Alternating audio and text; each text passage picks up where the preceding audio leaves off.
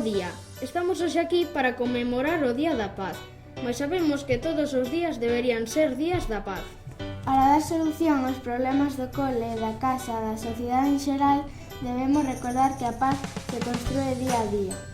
É a base para dar solución aos obstáculos que na vida imos atopando. Desta maneira, conseguiremos sentirnos ben nos mesmos e cos demais. Hai uns días, entre todas as aulas do colexio, elaboramos un mural de ondas de paz, no que representamos o estado dos nosos mares cheos de lixo, plásticos. Neste mural, a pesar da marea negra que existía, conseguimos descubrir a luz coas nosas palabras. Continuando con esta idea, hoxe, entre todos e todas, e cooperando, recrearemos o símbolo da paz, sacando a luz desta escuridade na que nos atopamos. Porque é tan importante é convivir nun mundo sostible e en paz como aprender a sacar o positivo do noso día a día. A pesar de que esta situación sexa difícil como a marea negra da que falábamos antes.